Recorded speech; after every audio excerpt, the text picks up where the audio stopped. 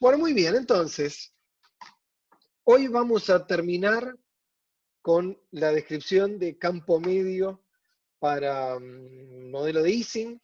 La clase que viene vamos a ver la solución exacta en una dimensión, la solución exacta en dos dimensiones nos tomaría mucho tiempo, así que no lo vamos a ver, pero vamos a ver cómo obtener la solución exacta en una dimensión y eso nos va a permitir dar el paso final para motivar transiciones de fase y fenómenos críticos, que va a ser el último tema de la materia, y es probablemente el aporte más importante de la mecánica estadística a la física de la segunda mitad del siglo XX. ¿Sí? Muchos de los premios Nobel de la segunda mitad del siglo XX tuvieron que ver con el desarrollo de una teoría formal para entender fenómenos críticos. Así que bueno, entonces, les recuerdo hasta dónde llegamos la clase pasada. O sea, lo que hicimos la clase pasada fue tratar de construir una aproximación superadora a la teoría de campo medio de Bragg-Williams. Les recuerdo la teoría de campo medio de Bragg-Williams. Básicamente el problema que tenía es que promediábamos demasiado, o sea, eliminábamos totalmente las fluctuaciones para el caso en el cual no teníamos magnetización. Eso nos daba una temperatura crítica que era más alta que lo que uno podría esperar. O sea, sobre todo nos daba, por ejemplo, en una dimensión una temperatura crítica distinta de cero, y nos daba un calor específico que se hacía nulo para temperaturas mayores que la temperatura crítica, y eso tenía que ver con la ausencia de rango corto. ¿Sí? O sea, cuando no hay largo rango, no hay corto rango en esta aproximación. Entonces, lo que hicimos la clase pasada fue mejorar esa aproximación diciendo, bueno, tratemos la aproximación de los vecinos, tratemos la interacción de los vecinos con el resto de la red vía la aproximación de campo medio, pero tratemos al spin que está en el centro en forma exacta con todos sus vecinos. Y eso nos dio una estimación, nos dio una expresión para el campo medio inducido, generado por la magnetización de la muestra, que es esta expresión que ven acá. Les recuerdo las cantidades porque van a ser importantes hoy. Alfa era beta por mu por B, o sea que apagar el campo magnético externo para ver magnetización espontánea implicaba tomar alfa igual a 0. Alfa prima era beta por mu por B prima, donde B prima era el campo magnético asociado a la magnetización espontánea de la muestra, y gamma era beta por J, donde J era la energía de interacción entre espines. Entonces, habíamos llegado a esta expresión que está acá, que habíamos dicho que la forma de encontrar los ceros es resolverla numéricamente para cada temperatura, pero haciendo Taylor en el entorno de la temperatura crítica, llegamos a esta expresión para la temperatura crítica,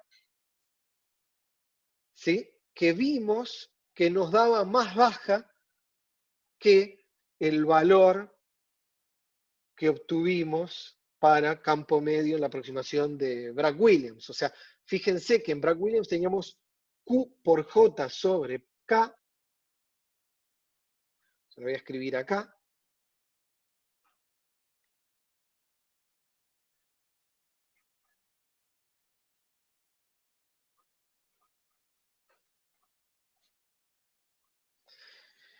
y acá tenemos 2J sobre K por un logaritmo.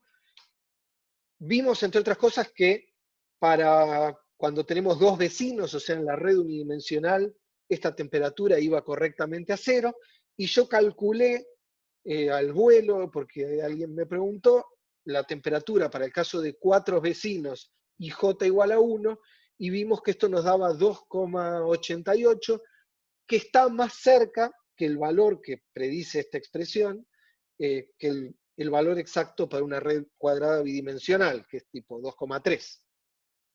¿sí? Así que bueno, hasta ahí llegamos la clase pasada. Entonces, lo que vamos a hacer en la clase de hoy es entender un poco qué rol juegan las fluctuaciones, calcular algunas cosas para esta aproximación. En particular nos va a interesar ver si la aproximación de BET mejora lo que ocurre con el calor específico o la capacidad calorífica. Y además tratar de entender un poco qué es lo que hacen las fluctuaciones. ¿Sí? ¿Todos de acuerdo hasta acá?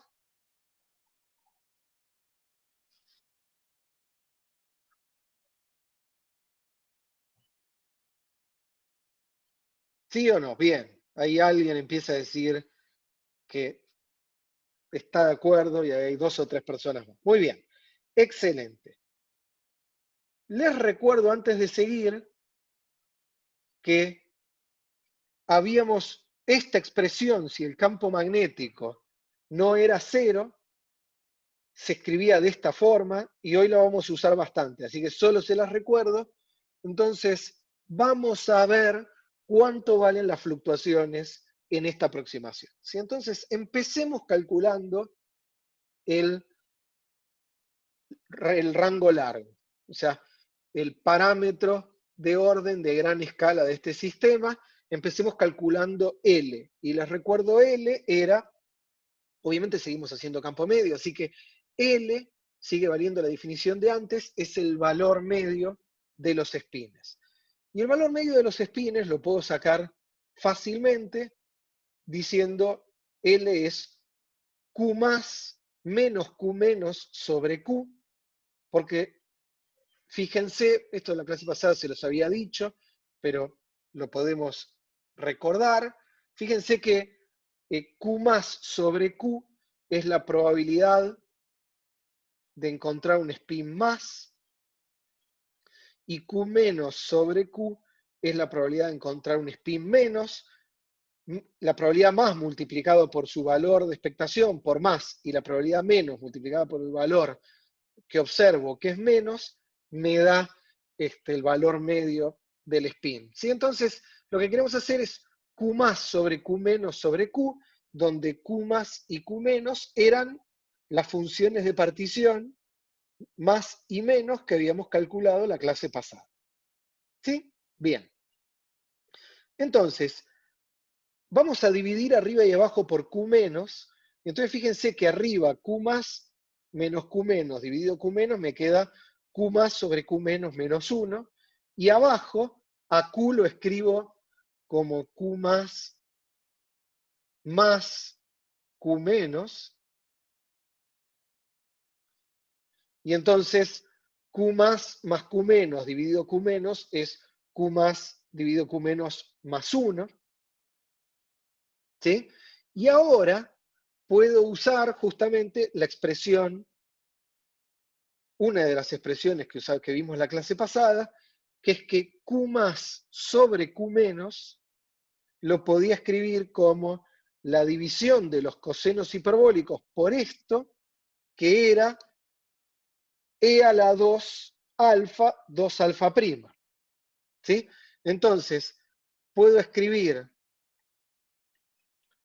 el Q más dividido Q menos de acá como la división entre los cosenos hiperbólicos. Delta, igual que la clase pasada, acá es alfa más alfa prima. O sea, delta es alfa más alfa prima. Entonces la división de los cosenos hiperbólicos por E a la 2 alfa, E a la 2 alfa prima, que lo puedo escribir como E a la 2 delta. Entonces, Q más sobre Q menos lo escribo así, menos 1, y tengo lo mismo abajo, más 1. ¿Todos de acuerdo hasta acá? O sea, lo único que estoy haciendo hasta ahora es usar la función de partición para calcular el rango largo. Bien, y ahora expando los cosenos hiperbólicos como suma de exponenciales. Entonces, este coseno hiperbólico que está acá, lo puedo escribir como E al ángulo, delta más gamma, más E a la menos el ángulo, dividido 2, y el coseno hiperbólico que está abajo lo escribo de nuevo como E la exponencial al ángulo más la exponencial a menos el ángulo, dividido 2, el 1 medio y el 1 medio se van, me queda todo por E a la 2 delta menos 1, y hago lo mismo abajo. ¿Se dan cuenta? Entonces, la división de cosenos exponenciales, de cosenos hiperbólicos, me queda una división de exponenciales por una exponencial menos y más 1.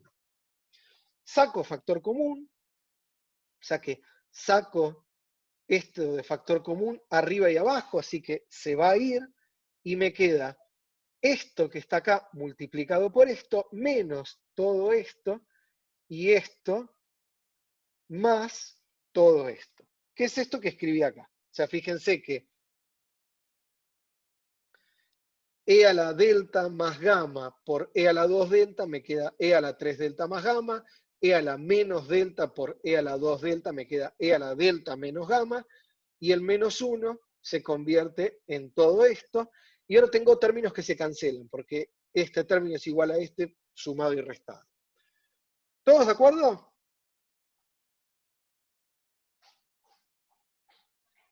¿Sí o no? Vamos. No sean tímidos. Bien. Se recuerden que yo no veo sus caras, así que saber cuánto me están siguiendo o no depende del chat. Entonces, perfecto. Bien. Juan Cruz me dice que está procesando. Hasta acá, Juan Cruz, lo importante es, estoy calculando el valor medio de los espines usando funciones de partición, y el resto es simplemente usar funciones trigonométricas hiperbólicas. Bien, entonces, tacho, saco factor común, E a la delta, E a la gamma, me queda esto que está acá, lo saco arriba y abajo, el factor común, se cancelan, me queda esto que está acá. Y esto que está acá, fíjense que esto es una exponencial menos la exponencial a la menos el mismo número, así que lo puedo escribir como 2 veces el seno hiperbólico, y acá esta exponencial y estas son 2 exponenciales a la más y a la menos el mismo número sumando, así que las puedo escribir como 2 veces el coseno hiperbólico. Así que puedo escribir esta expresión que está acá como el seno hiperbólico de 2 delta, que es 2 alfa más 2 alfa prima, dividido el coseno hiperbólico de 2 alfa más 2 alfa prima, más e a la menos 2 gamma. ¿Sí? Esta exponencial la tengo que separar. Y el 2 se va porque como tengo un 2 seno hiperbólico arriba y un 2 coseno hiperbólico abajo, saco el 2 de factor común arriba y abajo y se tacha. Con lo cual, obtuvimos una expresión para L. Esto que está acá es una expresión para L. Que recuerden que mu por n por L es la magnetización media de la muestra, o sea, que la magnetización total de la muestra. O sea que multiplicar a L por el número total de espines y por el momento dipolar de cada spin magnético me da la magnetización total. También les recuerdo que cuando empezamos campo medio, que L era igual a 2n más sobre n menos 1. O sea que esto también es una expresión para cuántos espines tengo para arriba. ¿Todos de acuerdo? Ahora igual vamos a discutir un poquito esta expresión con más cuidado. Fíjense que esta expresión me fija L, M y N más en función de qué. Recuerden que alfa era beta por mu por B, o sea que en función del campo magnético externo, de la temperatura, alfa prima lo saco, alfa prima es cuánto se magnetiza la muestra, así que alfa prima lo saco de esta relación, o de esta si tengo campo magnético externo. Así que alfa prima es una función de B y de beta. Y gamma, que también es una función de beta. O sea que esta expresión que está acá me determina la magnetización de la muestra, cuántos espines tengo para arriba y el valor medio del spin en función de la temperatura y del campo magnético externo. ¿Sí? ¿Todos de acuerdo? ¿Sí o no?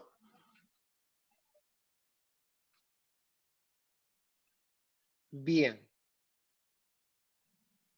Entonces, para ver magnetización espontánea, de nuevo, lo que yo quiero es ver si lo que tengo es un imán permanente. Entonces, apaguemos el campo magnético externo y veamos si, o sea, apagar el campo magnético externo es poner alfa igual a 0, y veamos si tengo un alfa prima distinto de 0, que significa que tengo un B prima distinto de 0, y entonces, dado ese alfa prima, lo puedo enchufar en esta ecuación y calcular la magnetización. Bueno, si hacemos eso, o sea, L es solo una función de alfa prima, ¿no? Porque este término se va. Este término se va. Y entonces L me queda seno hiperbólico de 2 alfa prima dividido el coseno hiperbólico de 2 alfa prima más E a la menos 2 gamma. Si hacemos eso numéricamente, obtenemos un gráfico parecido al de la clase pasada. L va desde 1 hasta 0 en la temperatura crítica y tenemos de nuevo una transición de fase, o sea, de este lado no tenemos magnetización, de este lado el sistema está magnetizado. ¿Sí? Vamos a ver esto numéricamente y vamos a compararlo con la solución numérica correcta al problema de Ising en 2D y con la solución numérica que obtuvimos la clase pasada para Bragg-Williams. Entonces, yo puse en la página de la materia un notebook nuevo, que lo están viendo acá, que hago lo mismo que la clase pasada, o sea, voy a calcular la magnetización según Bragg-Williams y según BET.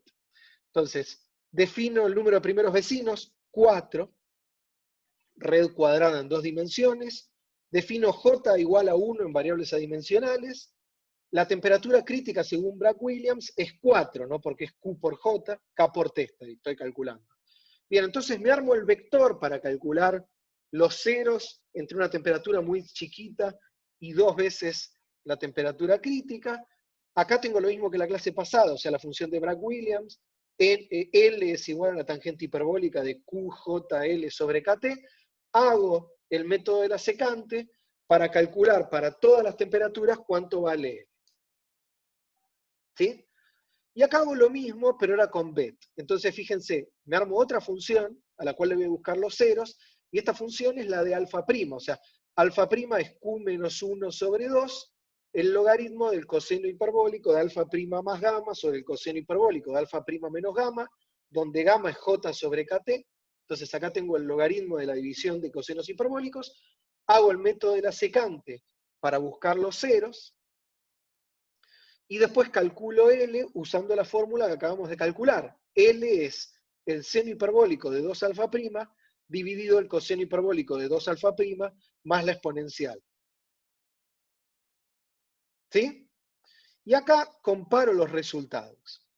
Y fíjense lo que pasa. En azul ven lo que vimos en la clase pasada, que es la magnetización o el rango largo, el parámetro de rango largo, en función de KT. En naranja ven lo mismo para la aproximación de BET. O sea, azul es Bragg-Williams, naranja es BET. ¿Sí? Fíjense que el comportamiento cualitativo es similar. Para temperaturas muy bajas tengo la muestra completamente magnetizada. A medida que la caliento se va desmagnetizando. Pero la transición según BET ocurre a una temperatura más chica. De hecho, es 2,88 contra 4. Les recuerdo la solución numérica que tenemos acá para Ising en 2D nos daba una transición en 2,28, si mal no me acuerdo, déjenme verificar, 2,269, o sea, redondeemos en 2,27. ¿Se dan cuenta entonces? Este es el valor numérico para el problema sin ninguna aproximación. Tengo la transición en 2,27. BET me predice para una red bidimensional 2,88 y Bragg Williams me predice una transición en 4. ¿Estamos? O sea, la aproximación de Beth se acerca a la solución correcta al problema. Bien, hasta ahí todo bien. Me parece que, a ver, entonces, lo que les voy a preguntar antes de seguir, se los voy a preguntar ahora, es, ¿por qué les parece que estas dos teorías sobreestiman la temperatura de la transición y Bragg Williams sobreestima más la temperatura de la transición que Beth?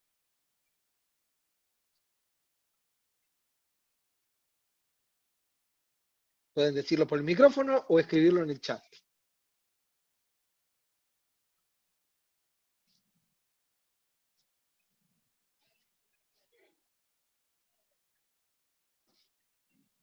Libertad me dice, no tiene que ver con las fluctuaciones y está muy bien. Fíjense, ¿qué es lo que hace que el sistema de este lado esté desmagnetizado? Las fluctuaciones térmicas.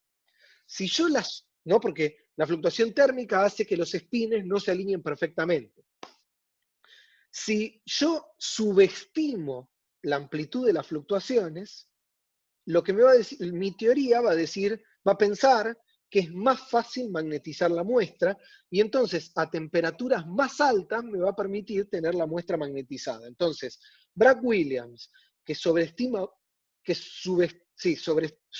mucho las fluctuaciones, tiene fluctuaciones muy bajas, me permite tener una muestra a temperaturas más altas que lo que realmente puedo tener. Beth, que considera mejor las fluctuaciones, necesita temperaturas más bajas para ver la transición. De todas formas, como las dos son teorías de campo medio, las dos sobreestiman la temperatura crítica. ¿Todos de acuerdo con esto? Juan Cruz pregunta, Libertad pregunta en el laboratorio qué pasa. Primero que nada, Libertad, recordá que Ising es un modelo de juguete para un imán, pero no es un imán real.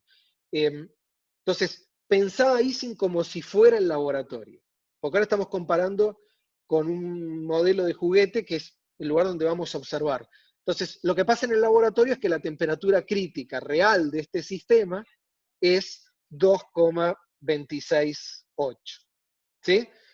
Excelente. Bien, entonces, Juan Cruz me pregunta, ¿dónde estamos subestimando las fluctuaciones? Ahora te muestro un poco en la cuenta. Y a ver si alguien más tiene una pregunta. No, me parece que estamos. Bien.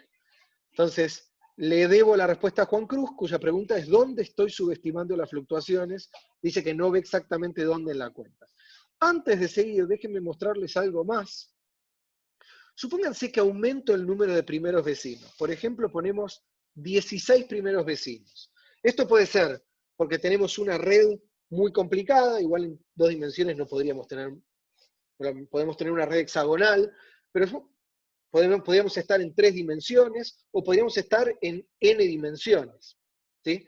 Olvidémonos ahora de qué tan realista es eso físicamente, pensemos que aprendemos de la teoría. Entonces, pensemos que tenemos 16 primeros vecinos, y vamos a ver lo que pasa. Fíjense que la diferencia entre Bragg Williams y Beth se achica. Y no solo la diferencia entre Bragg Williams y Beth se achica, también se achica la diferencia entre Bragg Williams y Beth con la solución exacta al problema de Ising en n dimensiones. Si pienso que tengo 60 primeros vecinos,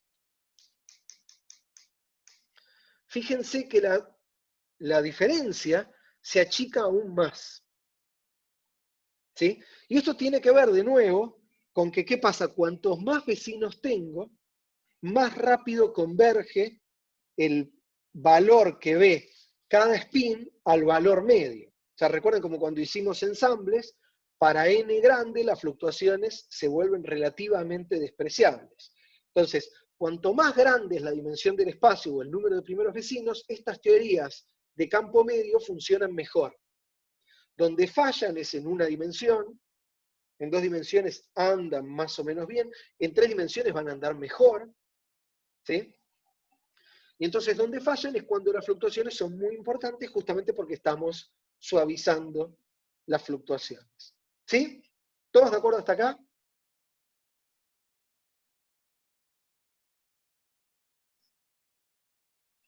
A ver. Claro, Bautista me pregunta, ¿lo que hiciste fue cambiar el valor de los primeros vecinos? Sí, lo único que hice fue cambiar el valor de Q y dejé todo igual. ¿Sí, Bautista? Muy bien. Entonces, vamos a ver dónde entra el tema de las fluctuaciones. O sea, lo que preguntaba Juan Cruz. Y ahora se los voy a ir recordando. Entonces, ¿dónde entran las fluctuaciones?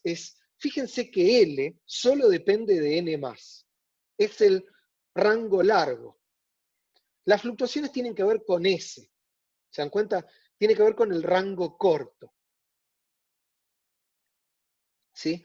Y justamente con el número de pares que tengo. Entonces, para recordarle a Juan Cruz, yo les había mostrado, pensar una cadena unidimensional, Juan Cruz, estas dos cadenas tienen el mismo valor de L. ¿Sí? Tienen L igual a 0, porque tengo 4 espines más, 4 espines menos, arriba y abajo. Sin embargo, esta configuración tiene una isla, y esta configuración no tiene islas. ¿Te das cuenta? En esta configuración tengo 1, 2, 3 pares n++, en esta configuración tengo 0 pares n++. Pasar de esta configuración a esta es tener una fluctuación. Si yo fijo el valor de S o fijo el valor de n++ y no permito que varíe independientemente del valor de n+, estoy reduciendo la fluctuación. ¿Sí? Y les recuerdo que cuando hicimos Bragg-Williams, lo que pasaba era exactamente eso. El valor de n++ estaba obligado a ser un numerito por n más al cuadrado. Entonces, algunas de estas configuraciones no están permitidas. El número de microestados posibles, en cierto, no es igual al máximo número de microestados que realmente, sobre los cuales puede fluctuar el sistema. Bien, entonces, Juan Cruz ahora me dice, claro, entonces ahora es lo que vamos a ver. O sea, Juan Cruz me dice, claro, él recuerda que para Bragg-Williams vimos esto, pero me pregunta qué pasa con Bet, y es lo que vamos a hacer ahora. Muy bien, entonces vamos a calcular n++ ahora para la aproximación de Bet, para poder comparar cuánto difieren, o sea, en qué difieren en las fluctuaciones la aproximación de Bet contra la de Bragg-Williams y por qué tengo este comportamiento diferente. Eso de paso nos va a permitir calcular lo que realmente nos interesa, que es calcular la capacidad calorífica y el salto que tiene la transición de fase. ¿Sí? Muy bien, entonces, lo que yo necesito para calcular n++ es el número de pares. Entonces, y para eso, fíjense que yo necesito información espacial. O sea, no me alcanza con el valor medio para contar pares acá. Yo hice lo que recién le decía a Juan Cruz, con los deditos conté un par, 2 pares, 3 pares. Entonces, necesito, digamos, el equivalente a una probabilidad de encontrar pares más. O sea que lo que necesito es armar una función de partición en la cual los pares no desaparezcan, ¿no? Porque nosotros sabemos calcular probabilidades en base a la función de partición.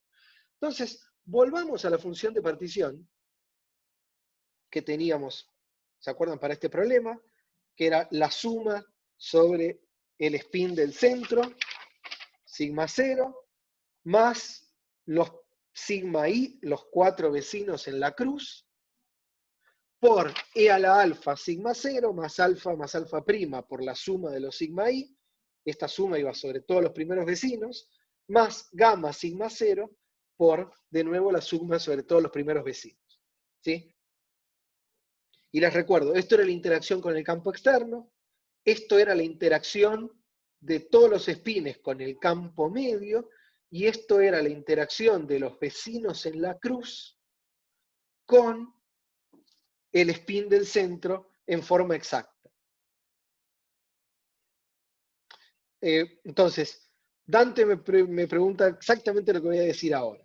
Dante me pregunta, ¿por qué saco los espines 0 y 1? Entonces, yo lo que voy a hacer es volver, lo que hicimos en la clase pasada fue sumar esta función de partición para todos los espines. Yo ahora voy a separar y voy a dejar por el momento sin sumar dos espines, que por conveniencia podría ser cualquier par de espines, pero por conveniencia voy a agarrar al 0 y al 1. O sea, a este par no los voy a sumar. ¿Sí? ¿Por qué voy a hacer eso? Porque yo lo que quiero es justamente calcular la probabilidad de tener pares más. Y la probabilidad de tener pares más va a ser una Q más, o sea, una función de partición para los pares, dividido una Q total. ¿Se dan cuenta? Entonces, lo que quiero hacer es contar de a pares ahora, en lugar de contar de a unos, para poder calcular la probabilidad de tener pares más. Si como la red es homogénea, puedo tomar este par, o puedo tomar este, o puedo tomar este acá de abajo, o puedo tomar este total. Al sumar sobre todos, voy a terminar teniendo todos los pares. ¿Sí, Dante? Entonces, y espero que esto también les quede claro a todos porque es la primera vez que lo hacemos. Entonces, voy a sumar, para mantener algo de información espacial, sobre todos los espines excepto un par, que por conveniencia voy a elegir al sigma 0 y al sigma 1. Entonces, para eso voy a separar la función de partición, dejándome afuera la suma sobre sigma 0 y sigma 1. Entonces, se dan cuenta, agarro esto que está acá, parto la suma sobre sigma 0, que va a valer más menos 1, la suma sobre sigma 1, y saco de este término los términos que tienen que ver con sigma 0 y sigma 1. Este término sale, porque solo está sigma 0, e a la alfa sigma 0 más. Agarro el sigma 1 de esta suma, entonces me queda alfa más alfa prima sigma 1. De esta suma agarro el sigma 1 y me queda más gamma sigma 0 sigma 1 por todo lo que me faltó. O sea, la suma sobre todos los espines que no son el 1, lo que me falta acá, todos los sigma i excepto el sigma 1, de e a la alfa más alfa prima, la suma desde 2 hasta q, más gamma sigma 0, la suma desde 2 hasta q. ¿Se dan cuenta que esto es exactamente igual a esto? Solo que separe las sumas convenientemente. ¿Sí? Díganme si están de acuerdo hasta acá.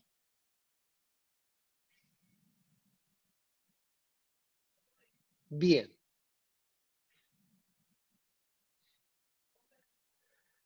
Libertad me dice, es como una probabilidad condicional. Claro, es como, sí, es como una probabilidad conjunta. Es la probabilidad de tener más y más. Sí, está muy bien, Libertad. Lo que pasa es que eso es distinto que el producto de la probabilidad de más por más, ¿te das cuenta? Porque yo quiero que estén juntos. Por eso tengo que hacerlo con cuidado. O sea, por eso tengo que separar pares. Pero está muy bien, Libertad. Lo que estoy mostrándoles ahora es cómo, por ejemplo, puedo sacar información espacial de la función de distribución. O sea, por ejemplo, de pares. Sí, está muy bien. Está muy bien la pregunta de Libertad. Entonces, vamos a hacer esta suma. Fíjense, esta suma de acá, nosotros la hicimos la clase pasada. Ups. Esta suma la hicimos la clase pasada. Es la misma suma que teníamos la clase pasada, pero en lugar de ir desde 1 hasta Q, va desde 2 hasta Q. Lo mismo pasa acá. Sumo sobre todos los espines sigma sui excepto por 1. ¿Se dan cuenta? O sea, esta es la misma suma que la clase pasada, pero con un spin menos. Como la expresión es la misma, el resultado va a ser el mismo. Es 2 veces el coseno hiperbólico de alfa más alfa prima más gamma sigma 0, pero en lugar de quedarme elevado a la q, me queda a la q menos 1 porque tengo un spin menos. ¿Sí? ¿Están todos de acuerdo? O sea, para los que todavía están dudando, voy a ir un poquito para atrás y les recuerdo Compárenla con esta expresión que tenía e a la más menos alfa por esta suma, me daba 2 veces el coseno hiperbólico a la q. Ahora tengo un spin menos, me queda 2 veces el coseno hiperbólico a la q menos 1 y el factor de adelante, que ahora es distinto, porque en lugar de ser e a la más menos alfa, es toda esta suma de una exponencial. Bien. Si están de acuerdo hasta acá, fíjense, entonces, yo ahora esta suma es una suma sobre sigma 0 más menos 1 y sigma 1 más menos 1. O sea que si yo expando todo esto, tengo 4 términos. Todo esto evaluado en más, sigma 0 igual a más, sigma 1 igual a más. Todo esto evaluado en sigma 0 igual a menos, sigma 1 igual a menos. Todo esto evaluado en más menos y todo esto evaluado en menos más. Pero a la hora de contar pares, un par más menos o un par menos más es lo mismo. Así que todos esos dos términos los agrupo, entonces puedo pensar, todo esto son tres funciones, la suma de 3 funciones de partición, la que corresponde a pares más la que corresponde a pares menos menos, más la que corresponde a pares más menos. Este es el término, con todo esto evaluado en 1, 1, todo esto evaluado en menos 1, menos 1, y este es el término en el cual evalúo en más 1, menos 1 o menos 1, más 1. ¿Sí?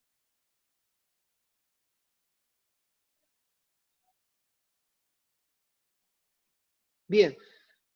Ahora se dan cuenta que esto es justamente lo que yo quería. O sea, ahora puedo calcular el número de pares n más haciendo n por, o sea, el número total de pares, que en realidad no es n, pero el número total de pares por q más dividido q total. ¿Sí? Eso es, por cómo construimos las probabilidades, por definición, eso es el número de pares más.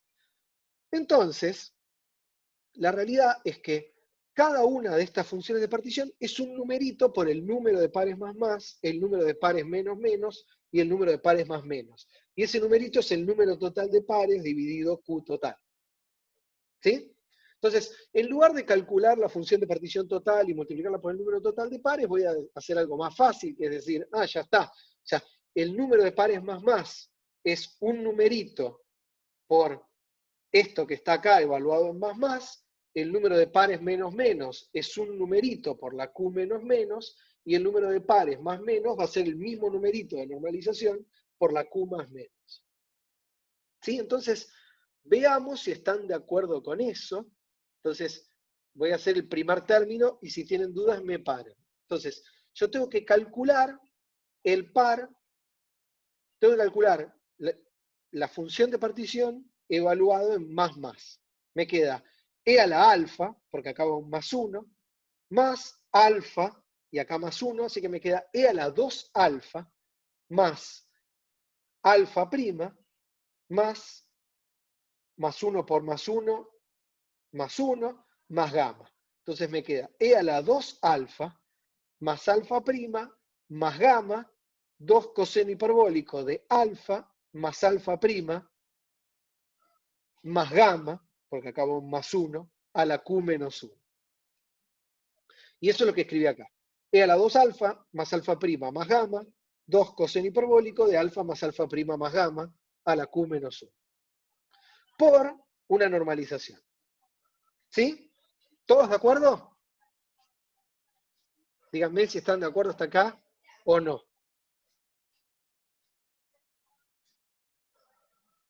Bien. Entonces, hagamos el par menos, es lo mismo. Vengo acá y es e a la menos alfa, así que me queda e a la menos 2 alfa, sigma 1 vale menos 1, así que me queda menos alfa prima, más gamma, menos 1 por menos 1, más gamma, y acá sigma 0 es menos 1, me queda menos. Entonces me queda e a la menos 2 alfa menos alfa prima más gamma por el coseno hiperbólico de alfa más alfa prima menos gamma. ¿Sí? Y vamos a escribir este coseno hiperbólico, que tengo acá en términos de este coseno hiperbólico de acá, usando la relación que les marqué al principio de la clase. O sea, les recuerdo que habíamos visto que la división de los cosenos hiperbólicos con más gamma y menos gamma a la Q menos 1 era la E a la 2 alfa prima. ¿Se dan cuenta entonces? Puedo escribir este coseno hiperbólico con menos gamma como el coseno hiperbólico con más gamma por E a la 2 alfa prima. O E a la menos 2 alfa prima, y entonces me queda E a la menos 2 alfa menos 3 alfa prima más gamma por el mismo coseno hiperbólico que arriba. Sí, voy a tratar de escribir todo en términos de este coseno hiperbólico.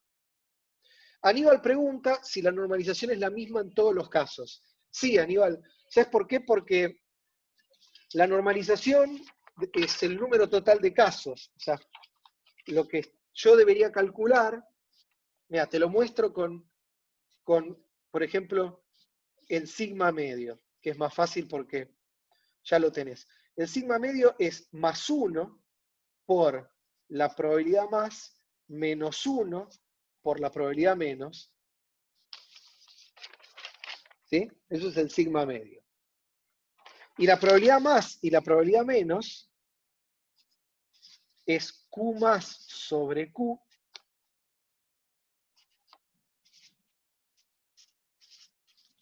y Q menos sobre Q. ¿Te das cuenta? Como son probabilidades y tienen que sumar 1, la normalización de todas es la misma. Y si además quiero n por sigma medio, o sea, el número total de espines en promedio para arriba o para abajo, tengo que hacer n por q más sobre q menos n por q menos sobre q, y te das cuenta que el numerito que multiplica es el mismo. ¿Sí? Entonces pasa lo mismo con q más, q menos menos y q más menos.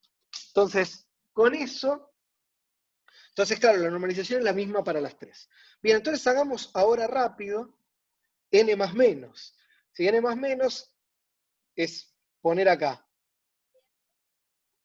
más 1, menos 1, más por menos 1, menos, y acá más, y después más al revés, o sea, hacer menos 1, más por menos, menos, y acá un menos.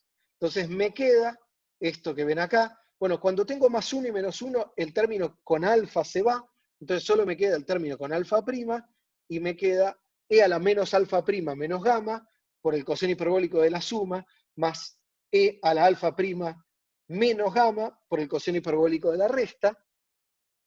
Vuelvo a reemplazar el coseno hiperbólico de la resta por el coseno hiperbólico de la suma por e a la menos 2 alfa prima, y saco, y fíjense que esto por e a la menos 2, acá 1 menos 2 me queda menos 1, así que puedo sacar factor común e a la menos alfa prima menos gamma, todo por 2 veces el coseno hiperbólico de la suma. Y me queda un 2 adelante. ¿Sí?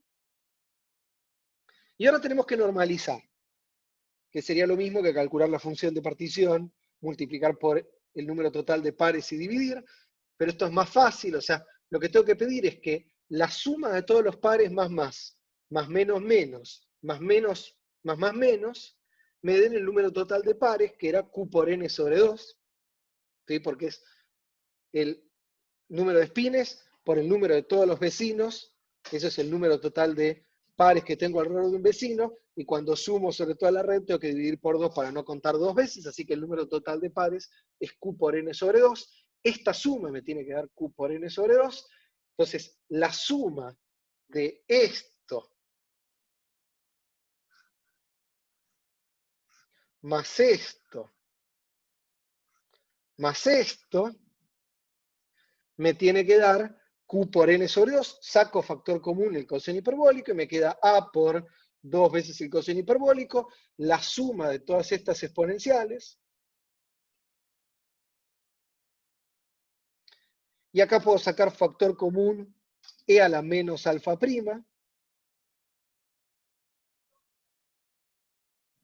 ¿Sí? Y fíjense, antes de seguir, Entonces saco factor común E a la menos alfa prima. Fíjense que acá tengo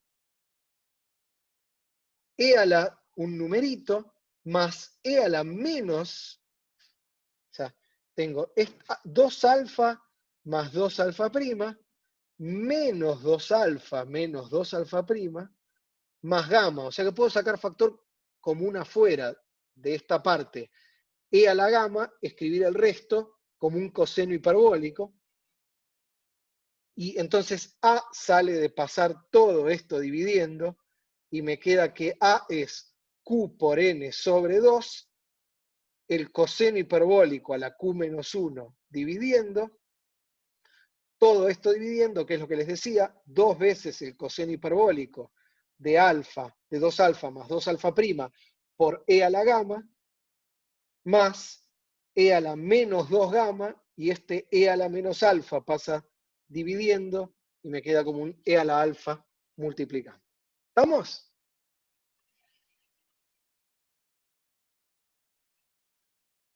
¿Todos de acuerdo? Un montón de cuentas para sacar un coeficiente de normalización. Lo importante es que ahora que tengo el coeficiente de normalización, lo único que hay que hacer es volver a n más, acá, ¿sí? Volver acá, y reemplazar ese valor horrible de A que me quedó, o sea, reemplazar esto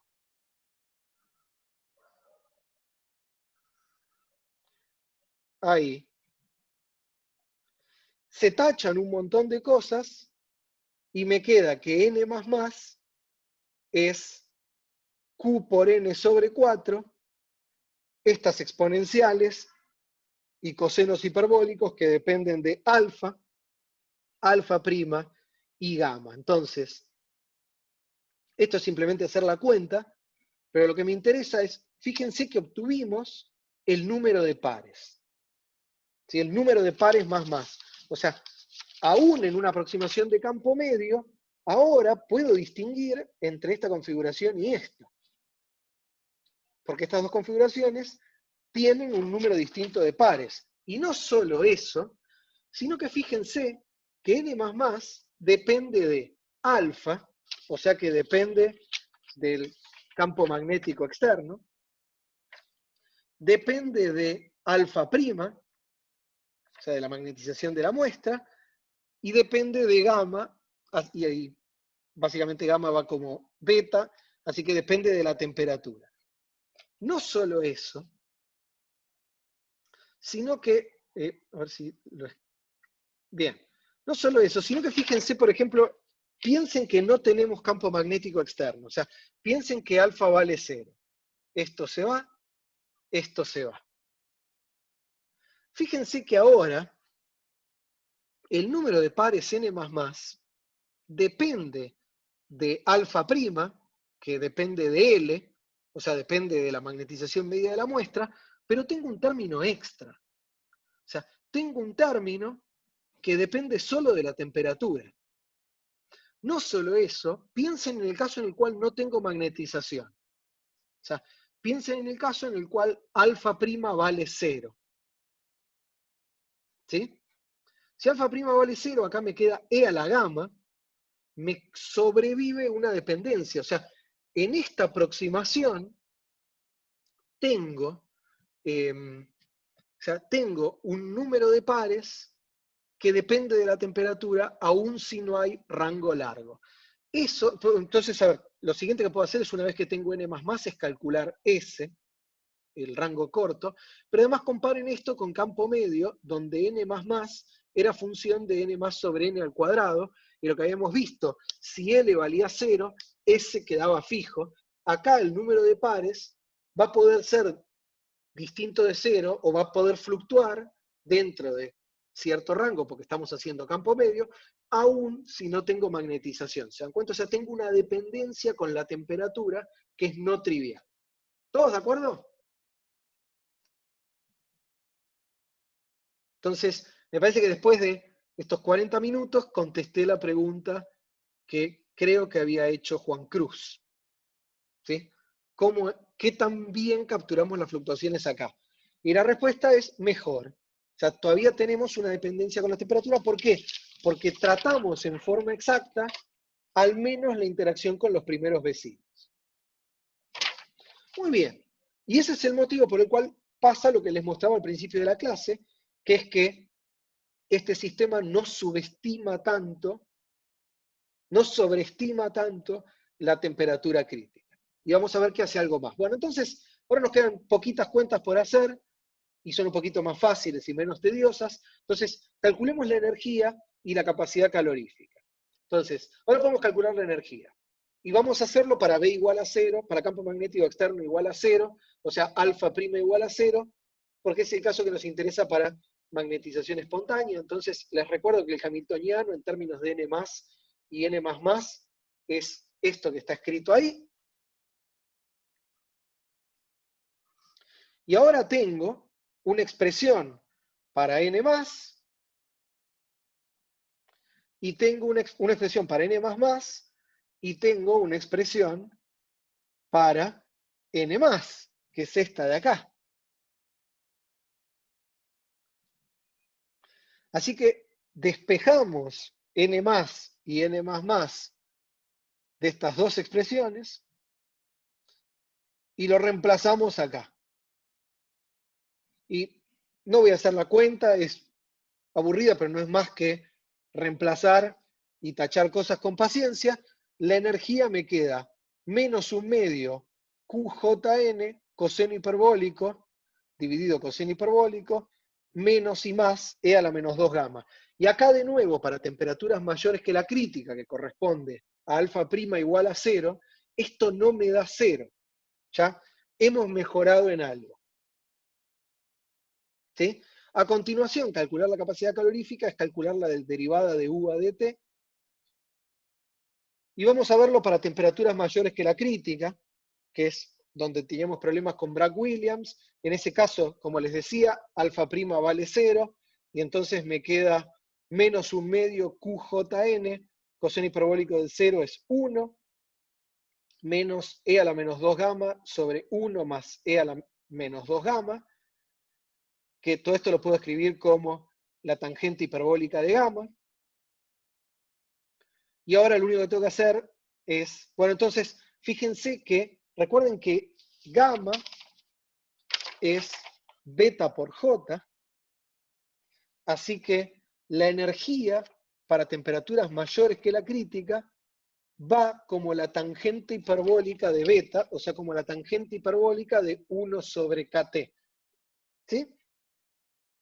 Y ahora puedo derivar respecto de la temperatura, y esto es bastante fácil porque la única dependencia que tengo es en gamma, entonces me queda Q por J por N igual, el 1 medio igual, lo que tengo que derivar es la tangente hiperbólica, me queda un gamma cuadrado, secante hiperbólica cuadrado de gamma, y me sale, como gamma es beta por J, y en beta tengo 1 sobre KT, me sale un J, un 1 sobre J que se tacha, y me termina quedando un medio de Q, N, K, gamma cuadrado, seno cuadrado, secante hiperbólica cuadrado de gamma. ¿Sí? ¿Qué es distinto de 0? Justamente porque esta aproximación me permite tener correlación de corto rango aún para temperaturas mayores que la crítica. ¿Sí? Entonces, como puedo tener, por ejemplo, pequeños dominios, aún en temperaturas mayores que la crítica, fíjense lo que pasa. En verde, lo que ven acá, es la capacidad calorífica que obtuvimos con Bragg-Williams, que recuerden, crecía hasta un valor que era 3 medios de NK, y yo les dije, eso es pura casualidad. Y efectivamente lo es porque para BET obtenemos otro valor, para el máximo, pero bueno, obtenemos ese valor, se va a 0 en la temperatura crítica y seguía igual a 0. ¿Por qué? Porque el sistema ya no podía absorber más calor, no podía variar su energía interna, porque una vez que llegaba a la temperatura crítica quedaba completamente desordenado. No podía pasar para un L fijo, por ejemplo, de una configuración como esta a esta. En cambio, bet sí todavía me permite, aún con L igual a 0, tener diferentes valores de S. O sea, diferentes valores del número de pares, o del tamaño de las islitas, o de la correlación de corto rango. Y entonces lo que pasa con bet es que, por un lado, me da una temperatura crítica más chica y más cercana al valor correcto por lo que hablamos. Seguimos teniendo una discontinuidad en la capacidad calorífica, pero en lugar de irse a 0, la capacidad calorífica cae mucho cuando cruzo la temperatura crítica y va bajando de a poco. ¿Sí? Para temperaturas muy, muy grandes, la capacidad calorífica se va a 0. ¿Por qué? Porque tengo el sistema completamente desordenado. Y ahora eso lo vamos a ver y lo vamos a repasar en el notebook. Bien, entonces, ¿están todos de acuerdo hasta acá? ¿Tienen dudas? Me imagino que el sí es, están todos de acuerdo. Así que contesten sí o no, porque, claro, bien. Entonces, Bautista dice, parece que la aproximación mejoró bastante. Sí. Entonces, antes de pasar al notebook y cerrar la clase de hoy, que le voy a hacer un poquito más cortita para que lleguen tranquilos a ver los ejercicios de la evaluación, déjenme contarles un poco cómo sigue esto. Yo puse un post en la página de la materia. Bien, Aníbal pregunta, ¿o sea que mejoró porque no es 0? Sí, mejoró justamente porque es muy malo que el calor específico se vaya a 0. O sea, la realidad es que el sistema todavía puede desordenarse un poquito más, un poquito menos en este rango y puede seguir aumentando su energía interna y, y el calor que absorbe. Entonces, esto es una mejor aproximación que la de Bragg Williams desde ese lugar, y ahora te lo muestro, Aníbal, desde el punto de vista de las simulaciones. Pero, claro, Francisco me dice, si C se va a 0 porque tengo el sistema completamente desordenado, ¿eso quiere decir que no puede absorber más calor? Claro, o sea, si el sistema ya está completamente desordenado y es ruido blanco, ya no puede hacer más nada. Bautista me pregunta si experimentalmente se ve. La realidad es que en todos los sistemas que tienen un salto o por una discontinuidad del calor específico, aún después de la transición siguen teniendo una capacidad calorífica finita, Bautista. Y el modelo de Ising en 2D, como modelo exacto, tiene una capacidad calorífica finita, distinta de 0 por arriba de la temperatura crítica. O sea, sí, este es un mejor resultado. Bueno, entonces, antes de convencerlos de todo esto desde el punto de vista de las simulaciones, déjenme explicarles un poco qué rol importante tiene esto. Yo un poco lo adelanté en un post sobre BET y la solución exacta Ising en la página de la materia. Bien. Entonces, a ver,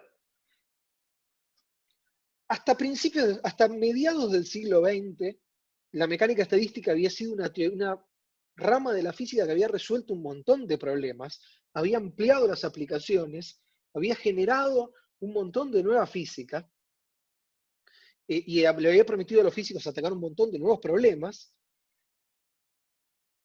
pero había un problema grande que nadie sabía si la mecánica estadística podía resolver, que era el de las transiciones de fase. ¿Sí? El modelo de Ising jugó un rol histórico central en mostrar que la mecánica estadística podía ser la teoría que resuelve el problema de las transiciones de fase. ¿Sí? La motivación para tratar de entender las transiciones de fase era experimental. No hay un motivo fundamental por el cual uno diga debería existir una teoría.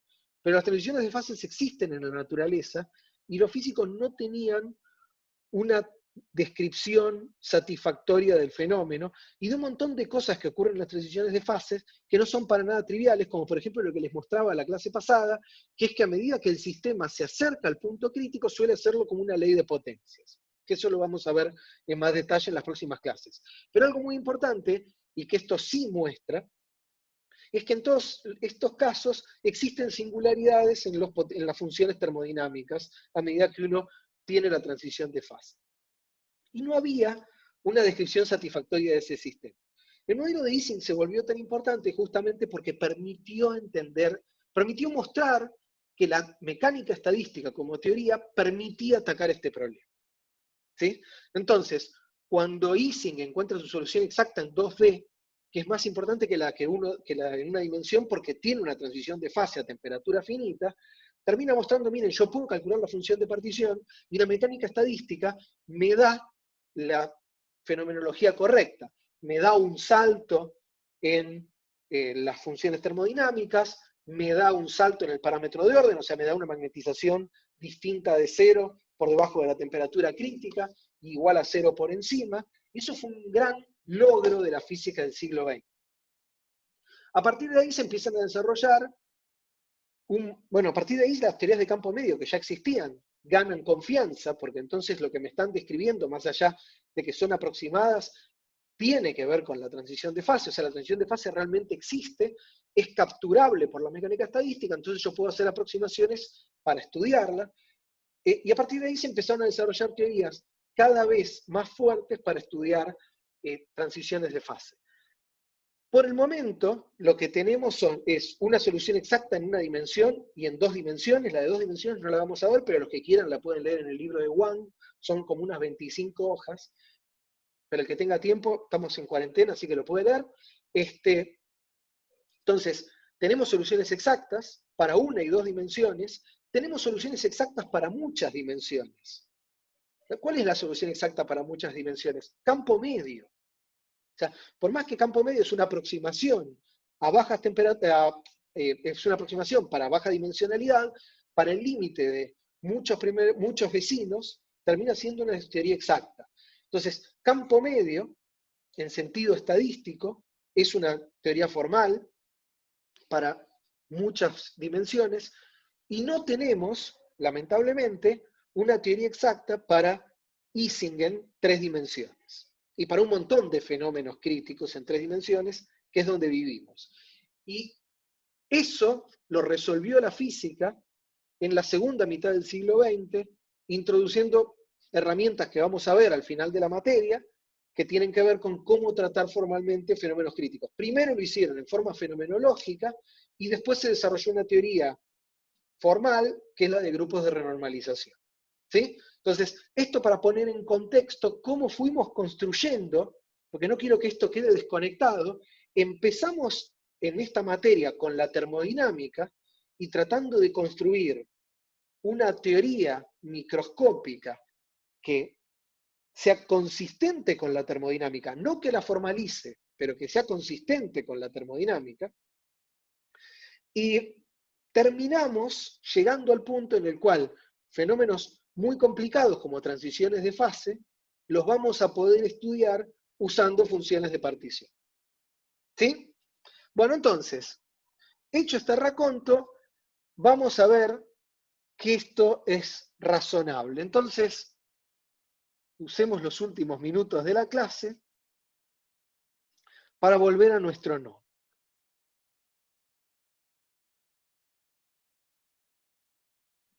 Bien, y entonces, Francisco pregunta, si el calor específico se va a 0, no puede aumentar más la temperatura del sistema. La realidad es que sí, y ahora te vas a dar cuenta, está muy bien lo que decís, Francisco, y ahora te vas a dar cuenta por qué.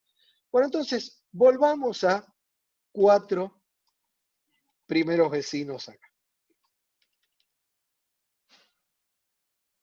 Se empecina en... Ups. Bien.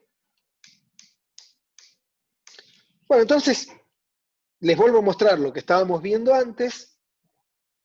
Efectivamente, Bragg Williams me da una temperatura de la transición más alta. ¿Sí?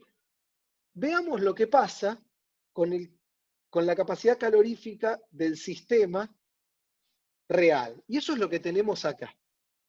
¿Sí? Y fíjense que efectivamente crece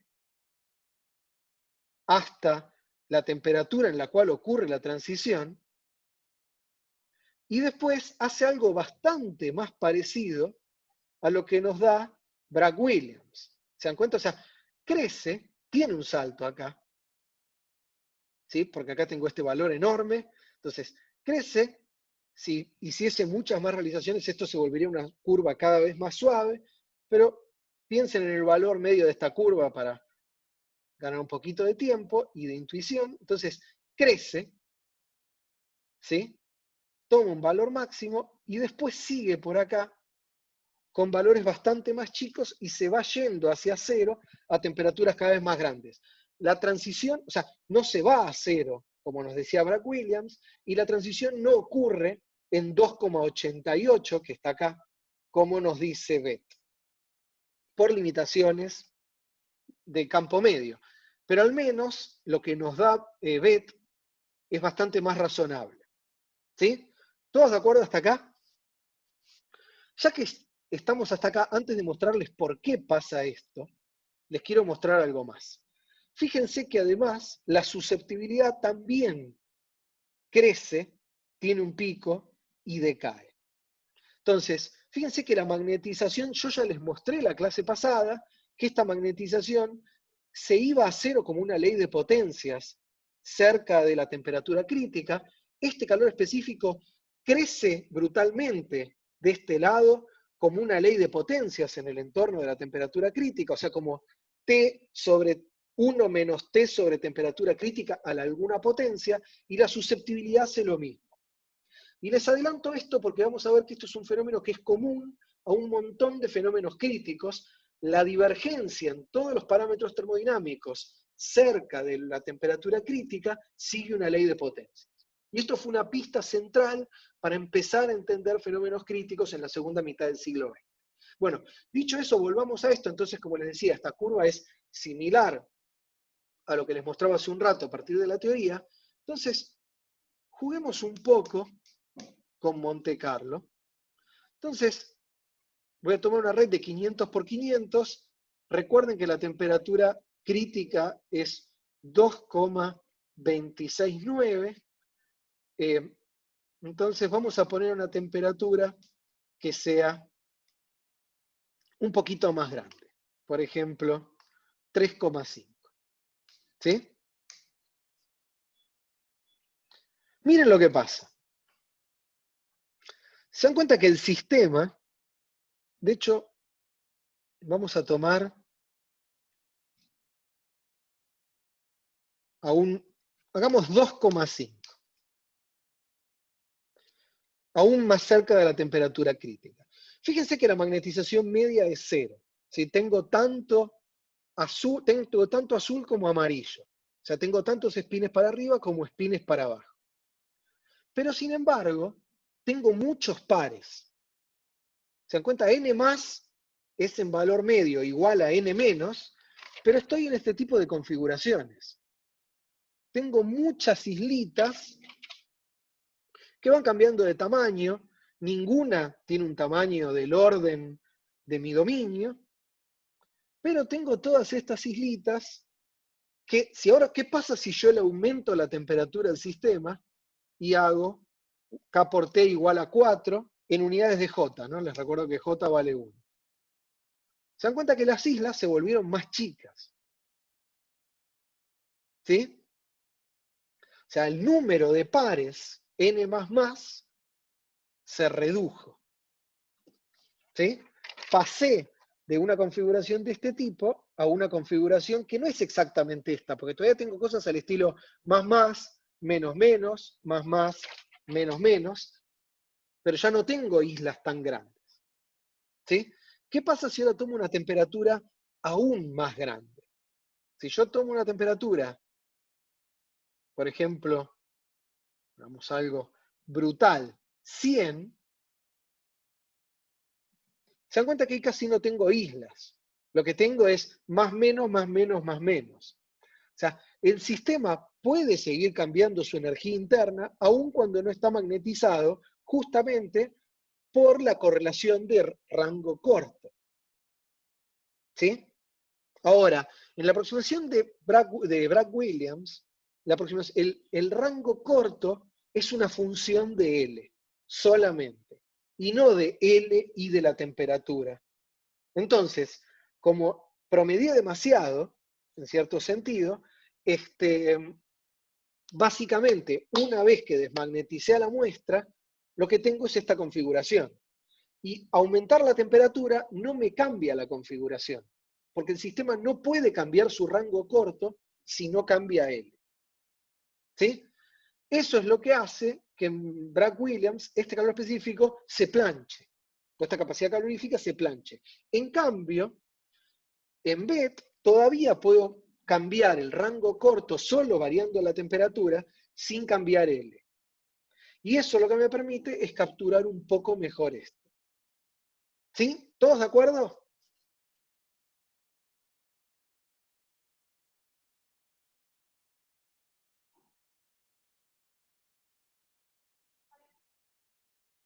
Bien. ¿Dudas? ¿Preguntas?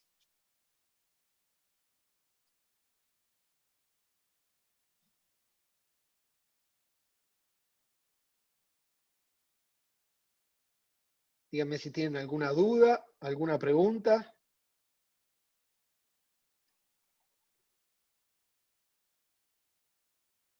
Bien.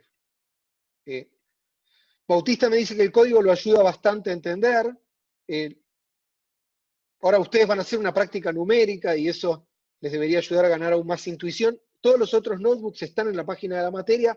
Yo les aconsejo que se lo bajen y los ejecuten, porque me parece que son cosas que ayudan a ganar intuición sobre el problema.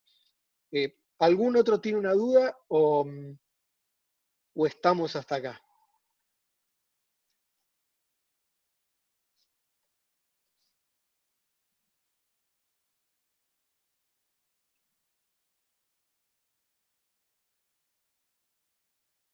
Parecería que no. Entonces, si no hay más dudas, déjenme recapitular para cerrar la clase. Entonces, construimos una teoría, dos teorías de campo medio, que son bastante exitosas.